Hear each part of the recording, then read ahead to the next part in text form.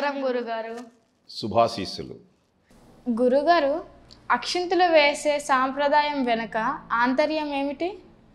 చాలా అన్ని మంచి ప్రశ్నలు వేస్తున్నారు. అక్షింతలు అంటే ఏమిటి అంటే అర్థం క్షితి కానివి, అంటే నశింపనటువంటివి అని అర్థం. నశింపనటువంటివి అవి శిరస్సున వేస్తారు. బియ్యం ఇలాంటివి పసుపుతో కలిపి, పసుపు శుభప్రదమైనటువంటిది. అక్షింతలు బియ్యంతో ఉంటాయి కనుక ధాన్యంతో కూర్చినటువంటివి. పెళ్ళిళ్ళలో కూడా తలంబ్రాలు పోసుకుంటారు. దేనికని? జలజల తలంబ్రాలు పోసినప్పుడు ఇలా అలా ఆశీర్వచనం కాదు, జల జల జల జల జల జల జల జల పోయాలి. ఆ శిరస్సు మీద వేసినప్పుడు ఆ పుణ్యమైనటువంటివి అవి నా ఇంటికి నీవు అడుగు పెడితే ధాన్యలక్ష్మిలా నా ఇంటికి రావాలి అని స్వాగతం పలుకుతుంటారన్నమాట. జల జల జల జల. అలాగే ఎవరికైనా పెద్దలకు మనం నమస్కరించినప్పుడు 4 అక్షింతల శిరస్సును వేస్తారు, పసుపుతో కలిపినవి.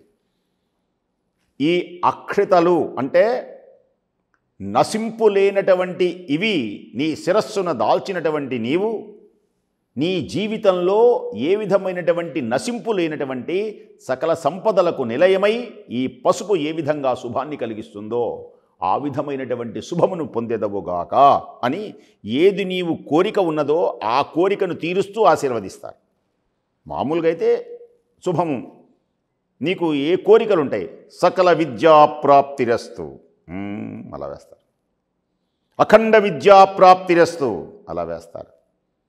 శీఘ్రమే కళ్యాణ ప్రాప్తిరస్తు అలా వేస్తారు.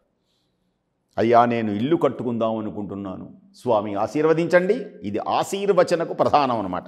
అక్షింతలు తీసుకొని శీఘ్రమే నూతన గృహారంభ ప్రాప్తిరస్తు, గృహప్రవేశ ప్రాప్తిరస్తు. అది ఏదైతే అది ఆ మాట పసుపుతో కూర్చినటువంటి అక్షింతలు కనుక అవి శుభప్రదమైనవి కనుక నోటితోటి వచ్చేటువంటి మంత్రంతో ఆశీర్వదిస్తే అది శీఘ్రముగా ఫలిస్తుంది. అందుచేత ఆ ఫలించేటువంటి మాటలకై అక్షింతలు శిరస్సును దాల్స్తారు.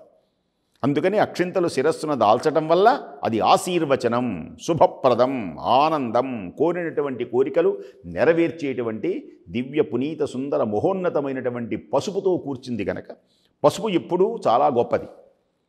పసుపు అందుకని పసుపు పారాణి పెట్టడం, పసుపు గడపలకు రాయటం, అసలు ఈ పసుపు కొంచెం కూరల్లో వేసుకోవడం, అసలు ఈ పసుపు చాలా గొప్పది శాస్త్రంలో.